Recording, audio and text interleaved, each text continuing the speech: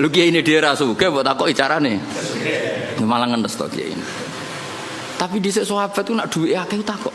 Yas'alunaka madza yunfikun. Kulo duwe kula kathah, kula kekno sinten. Terus kul ma anfaqtum min khairin falil walidun. Nabi itu orang yang sangat jujur. Nak duwe luweh yo prioritasé wong tuamu, kerabatmu. Cara kowe dadi kiai ini, gurumu. Oh, dasar kiai amatir. Nafsune tok yang dipikir. Nabi kayak apa Rasulullah itu luar biasa. Yas'alunaka madza yunfiqun. Qul ma anfaqtum min khairin falil walidain wal aqrabin seterusnya. Jajal misalnya kowe dadi kiai, santrimu loyal kula didik sak miliar. Sing perlu kula suka ini pertama sinten? Kira-kira jawab mbek. Jawab.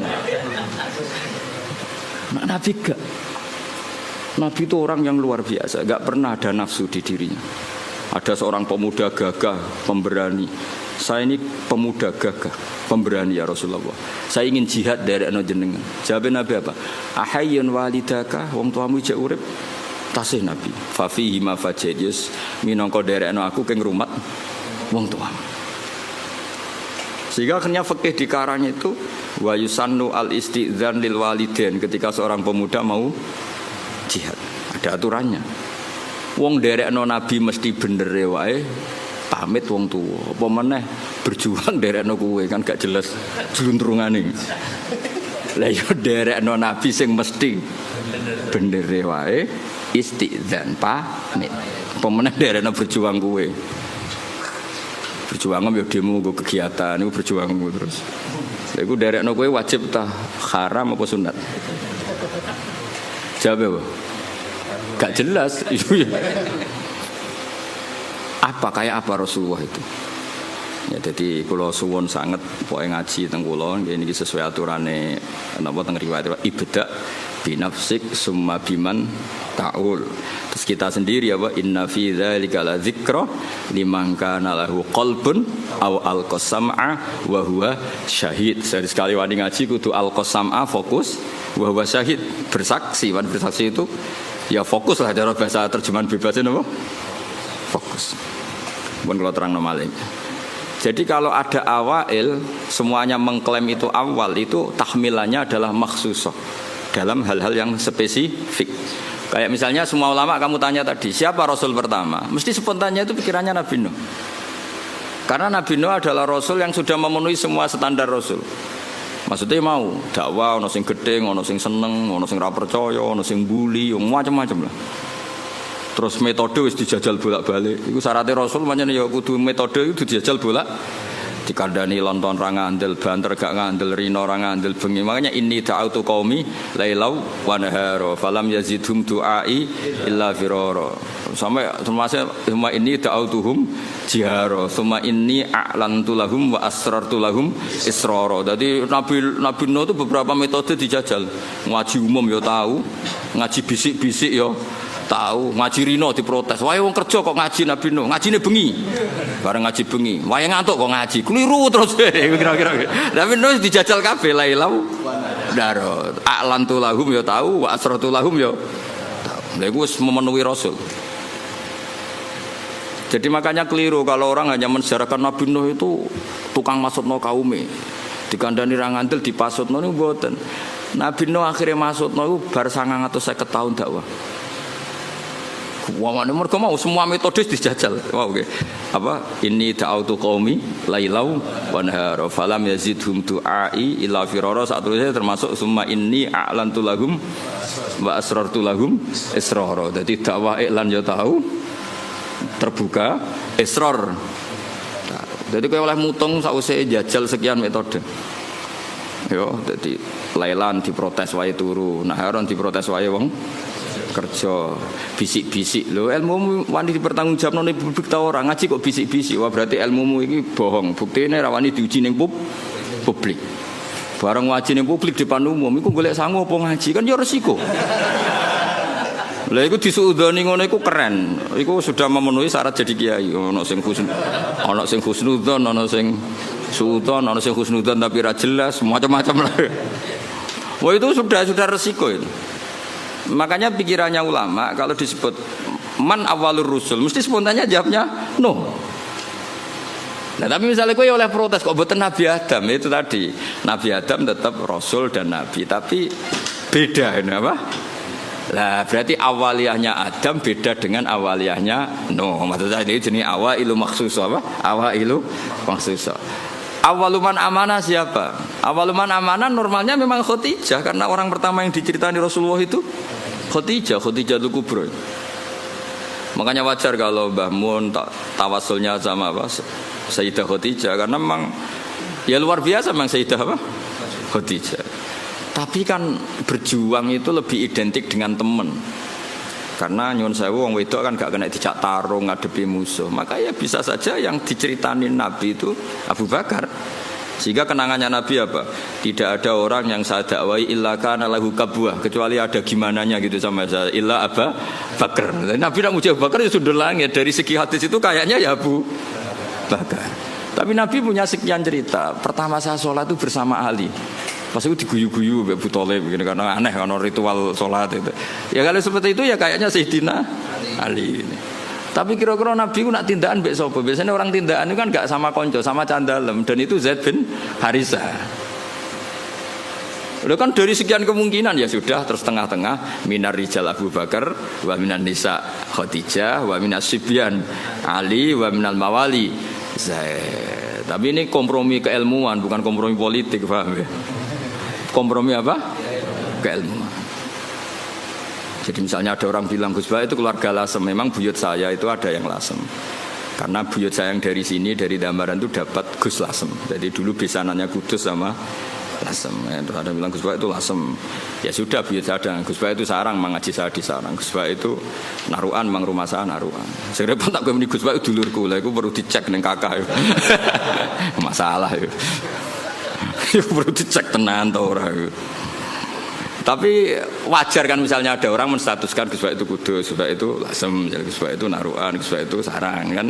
Memang ada sekian sisi. Saya secara ngaji di Sarang, alamat di Naruan. Saya ya turunan Lasem, ya turunan Kudus.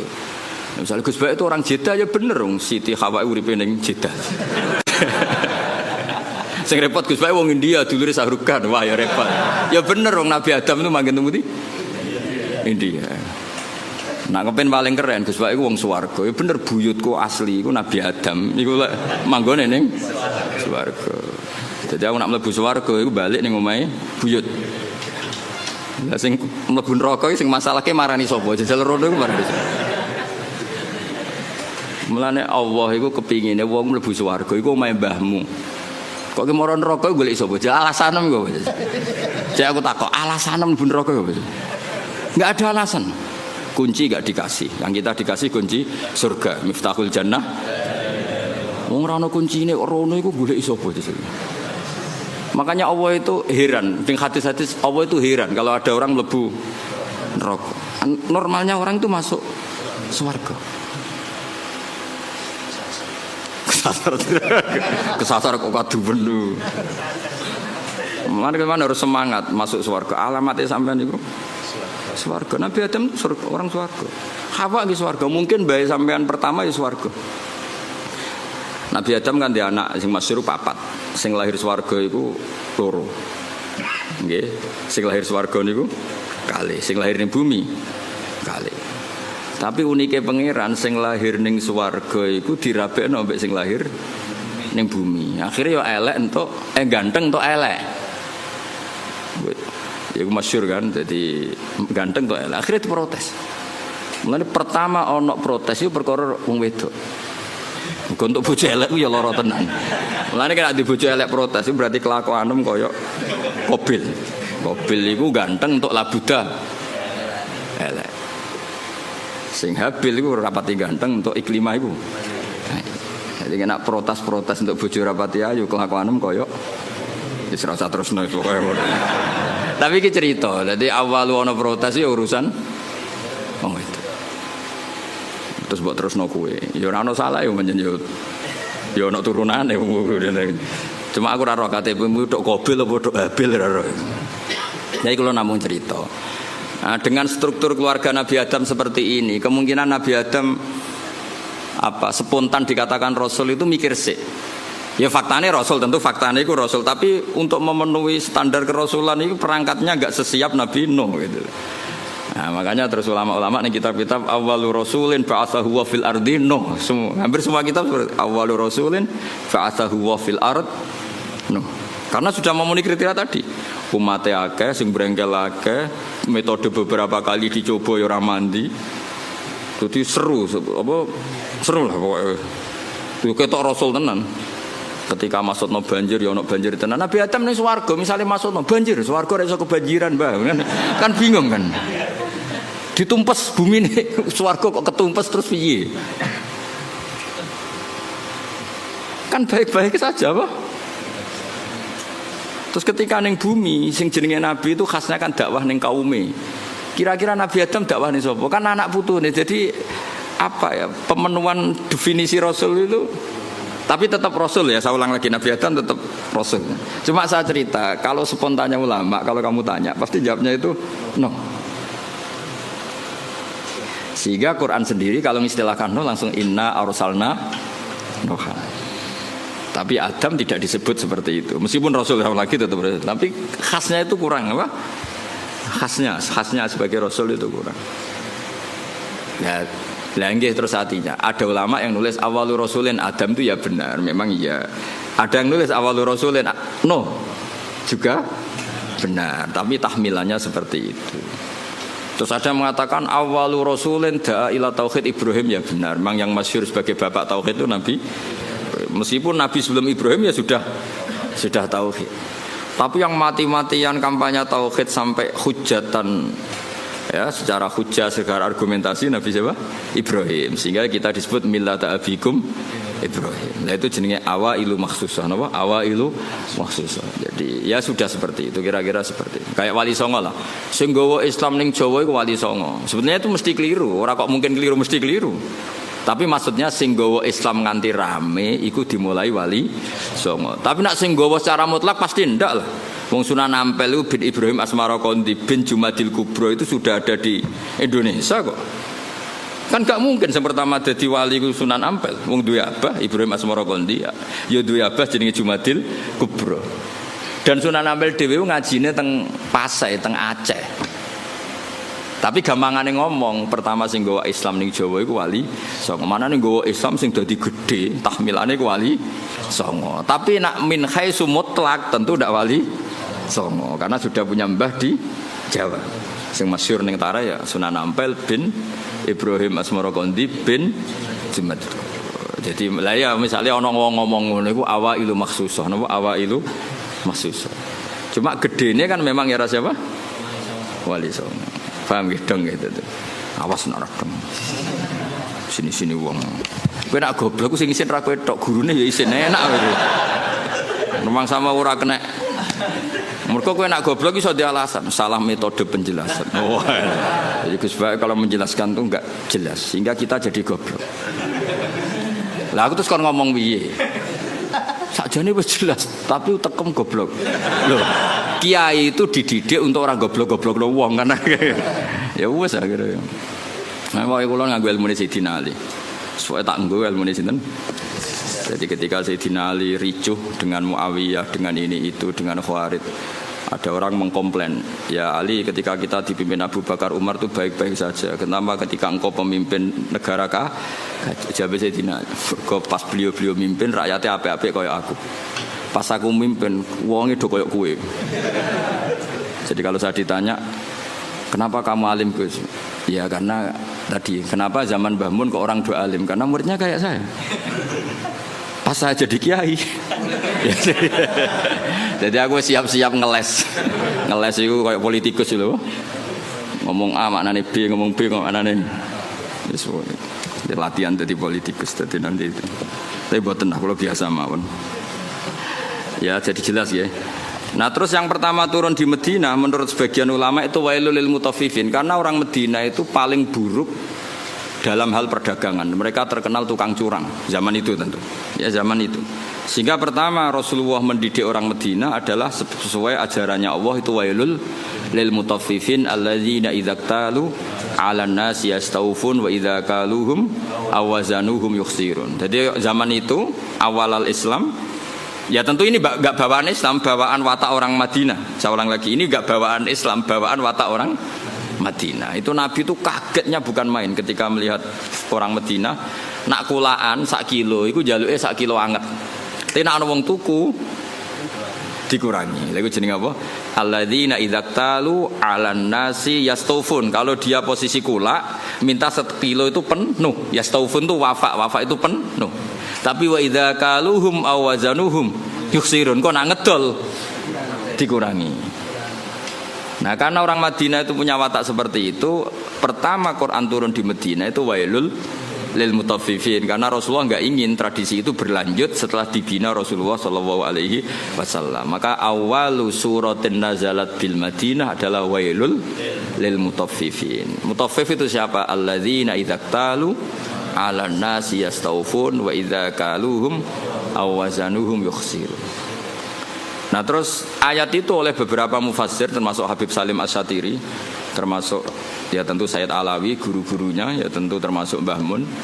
Ayat itu sebagai pelajaran bagi kita, orang kalau berteman itu harus fair. Harus fair gini. Saya sendiri sebagai kiai kalau dolan ning santri awan-awan rawani, mergo wae istirahat. Karena saya membayangkan diri saya nak didolani wong pas istirahat juga enggak suka.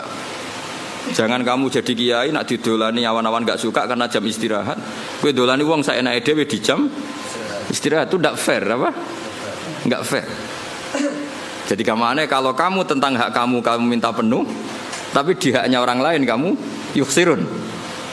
Saya ulang lagi, kiasnya seperti itu. Kita tidak boleh dengan apa? Hak kita minta penuh, ketika orang lain dikurangi.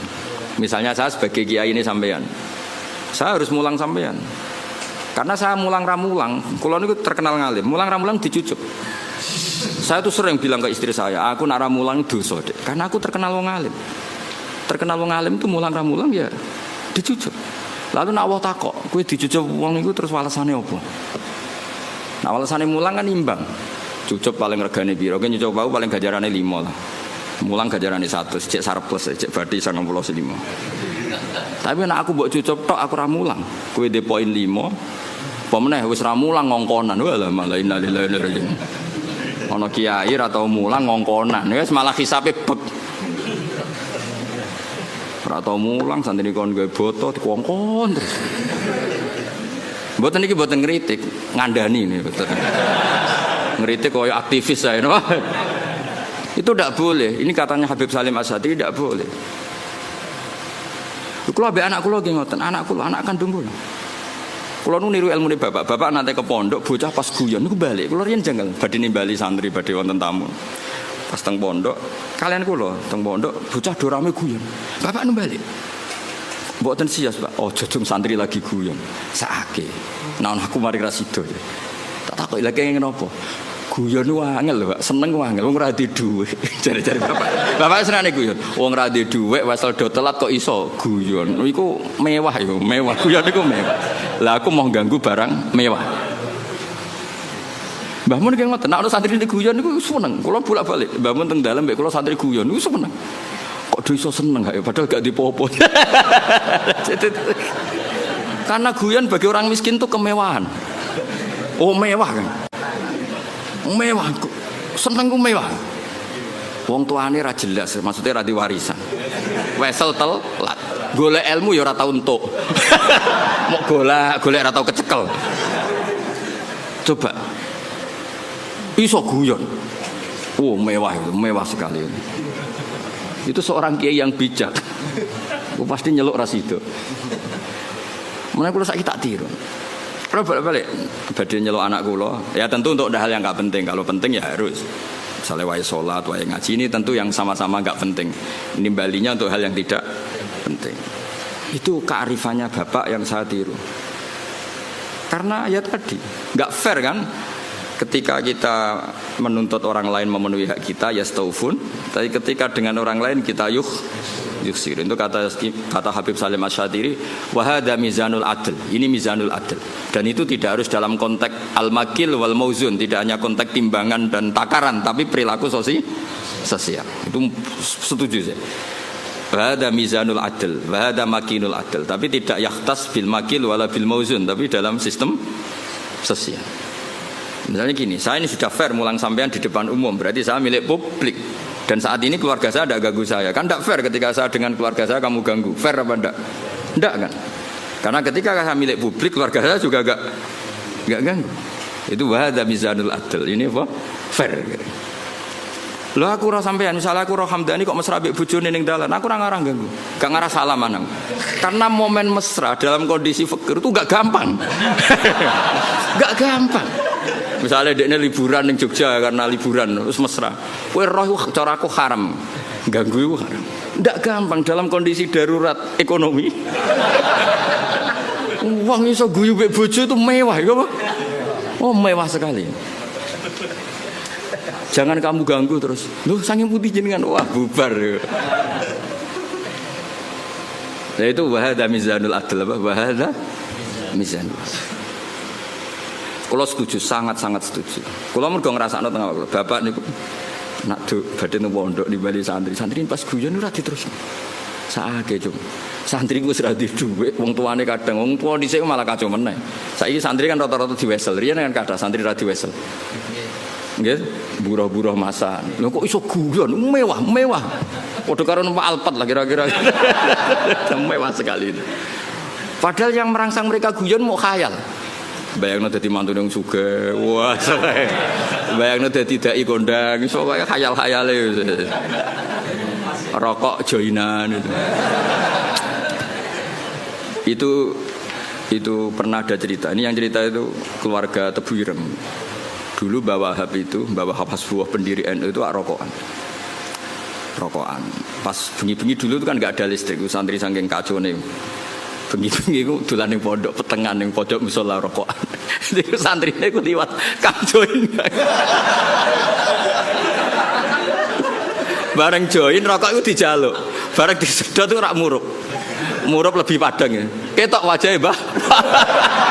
Melayu santrine. Lah Bapak sandel lho, Kang jare join kan.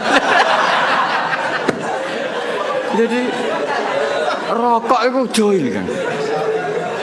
Santri saiki sak fikir-fikire iku tetep ngekeki saleran nggih mboten. Dhisik ora ya rokok sitok iku dienggo.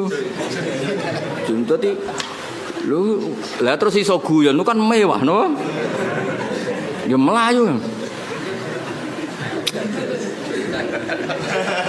Kalau di Sarang kasusnya tidak se-ekstrim itu. Kalau di Sarang saya menyaksikan sendiri itu. Mbah Khim Kiai Mus itu kan rokokan riyen. Kalau di Sarang nggak se-ekstrim itu, di pojok MGS loh kan biasa Mbah Khim di MGS. Nah, ya Mbah Khim kan rokokan. Santri liwat. Kang nyileh korake Kang kayak bareng disumut. Tapi masih ekstrim yang tadi itu join rokok.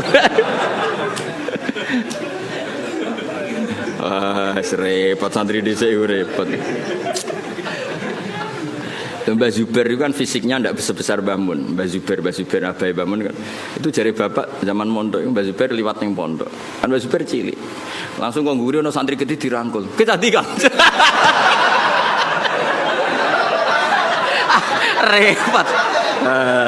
Kacau santri dhisik kacau. Karena dulu pondok itu udah banyak pelaturan disalami wae lho. Malamnya. Saya kan pondok kakek adik ART.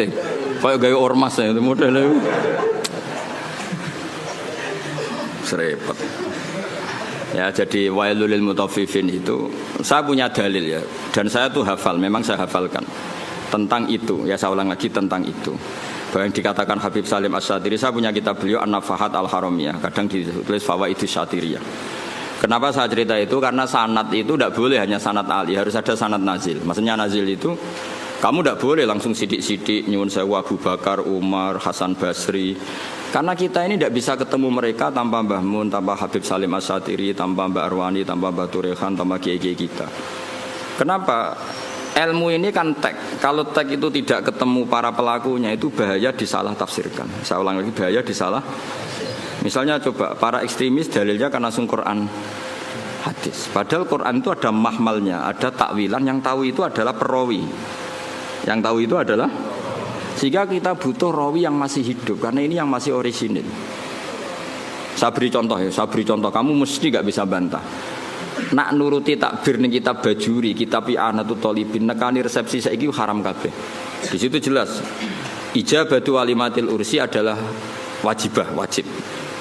Kecuali di sana ada kemungkaran kakhtilatir rijal wanisa, itu jelas dicontohkan kakhtilatir rijal wanisa. Nah, sekarang ratine mau ikhtilat, kowe nganti nangis ning resepsi mergo sadar kabeh kancamu bojone ayu, bojomu tok sing elek. Mulane kula dikonco, Gus, bojo iku sementing kena dijak buah. Sampai kanca kula nu cerita, ngajak bojo ning resepsi ku haram nek elek. Lah kok iso? Mari digo nyek-nyekan, Gus. Lho misale sampean ning pondok mluwete playboy, coba bojomu elek, ayo mentolo gak ngajak ning resepsi ayo. Ayo jawab. Kowe nak mentolo ya wong dablek tenan. Lu ngenes ya Kang. Pemene sing dhisik ning pondok mlete jebule bojone elek ngebis. Sing digo nyek-nyekan numpak mobil bojone. Ayo, ngenes Kang, yakin ngenes. Itu resepsi kan ajang pembulian sebetulnya. Lho ngenes Kang, kene pondok mlete. Jebule bojone elek teko ning resepsi ngebis. Ngojek lah cara saiki. Sing kancamu mbok nyeki bojone ayu nggo mobil.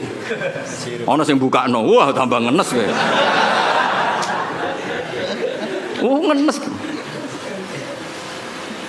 Mulane jare kanca kula, bener jenengan Gus. Ayo rapati seneng acara. Sing dukung ya sing nasib elek-elek iku mau. Nah ini saya cerita. Tapi tidak ada guru-guru kita yang tidak hadir kalau nggak ada uzur. Saya menyaksikan Mbah Mun ya rawuh kalau ada resepsi asal nggak ada uzur. Gus Naji ya rawuh. Tahu saya Gus Ulin ya rawuh. Guru-guru kita kalau ada santri nikah dan itu terjadi ikhtiratur rijal wan nisa. Setahu saya beliau-beliau kalau nggak ada uzur ya rawuh. Berarti ada tag, ada ahwalul masyayikh, apa? Ada tag, ada ahwalul masyayikh. Dan karena rawuh beliau-beliau ini menjadi ajang silatur rohim, dan yang nikah seneng karena dirawi gurunya. Enggak ada yang bilang gini, wah teko haram takbirin yang bajuri. Makanya saya bilang kita ini butuh sanad nazil. Butuh sanad apa? Nazil. Jangan langsung ali, karena kita tidak tahu takwilannya itu. Takwilan itu penjelasan detailnya kita tidak tahu. Makanya saya suka baca kitabnya orang-orang sekarang, asal jelas ya, ini kan kitabnya Said Muhammad. Saya tahu kitab ini dari Zubdatul Itqan. Zubdatul Itqan dari kitab Itqan. Tapi kita butuh orang sekarang. Yang utama tentu yang muktamad supaya tadi apa saringan-saringan bahasa dulu terjaga. Kayak tadi saya contohkan tadi. Apa? Guru-guru kita hadir di acara resepsi. Padahal di situ ada ikhtilatur rijal wan nisa. Ya jane lah nak nuruti haram ya karuan haram. Wong lanang wedoke ning padi-padi kabeh teko spontan yo komentar. Lho cayune ngono gelem celek. Nek sing wedok sing ayu. Iku cek diomongno cek ora iku wong pangeran ya alamu sirra. Wah, misale kira ngomong, tapi aku ora ngomong, atimu ngomong padha wae. Ayo do batin to ora kira-kira. Mun nek sing luwanang ganteng bojone elek, kok gelem. Lah engko nek ayu ambek ganteng sing nggawa bojone ngenes. Wah, nyoro aku. Bojoku elek, bojoku kowe. Jadi ini kan ajang masalah memang menurut saya itu. Ayo jajal, terus piye jajal iki? Kowe ngono ta ora kira-kira teko resepsi? Kira usah sok soleh biasa wae. Nah itu dulu ada sahabat atau tabi'in namanya Muhammad bin Jaza' Az-Zabidi. Ini yang diceritakan Imam Ghazali. Muhammad bin Jaza' Az-Zabidi. Itu beliau ngendikan gini, sama masih hafal kalimatnya. Ini ada di Ihya. Yu'jibuni minal qurra kullu taliqin mithaq. Fa ammal ladzi talqahu bi abusin wa yalqaka fa ammal ladzi talqahu bi bisrin wa yalqaka bi abusin fala aktsarallahu fil muslimin. Saya itu paling suka sama orang alim. Qurra dalam bahasa ulama dulu itu orang alim. Kemudian era sekarang qurra itu yang ahli apa? Quran. Dulu enggak, qurra itu siapa saja orang alim disebut apa? Qurra era dulu ya. Jadi bahasa itu yang alami peralihan. Saya tuh suka kalau ketemu orang alim itu yang suka guyon, suka ceria. Jangan sampai kamu sebagai orang alim itu kata sahabat ini, orang ketemu kamu senyum karena suka ketemu orang alim. Kamu merengut karena apa ya? Jebule mau ketemu tok gitu, tidak melakukan penghormatan yang semestinya. Artinya gini, orang bodoh kalau ketemu orang alim biasanya yu'addi haqqal alim, memenuhi standar haknya orang alim yaitu nyucup hormat. Tapi kita sebagai orang alim kadang kumo luhur, sinis. Intinya Sayyid Zabidi itu ngendikan apa? Siapa tadi Muhammad bin Jazak tadi ngendikan, "Mbok jangan begitu." Sama kita dengan anak kita juga seperti itu. Anak kita latih sopan, ambil bapak boso, nak ngekei bapak tangan kanan dan seterusnya. Kemudian kita seenaknya saja kadang ngasih anak kita dengan tangan kiri. Seakan-akan kita tidak punya kewajiban sopan sama anak. Kita kalau di jam makan, anak kita tidak makan ngamuk, wah ya mangan kok mangan gitu. Kita sendiri demi rokok jam makannya terlambat. Itu kata saya Muhammad bin Jazak itu tidak fair. Itu berarti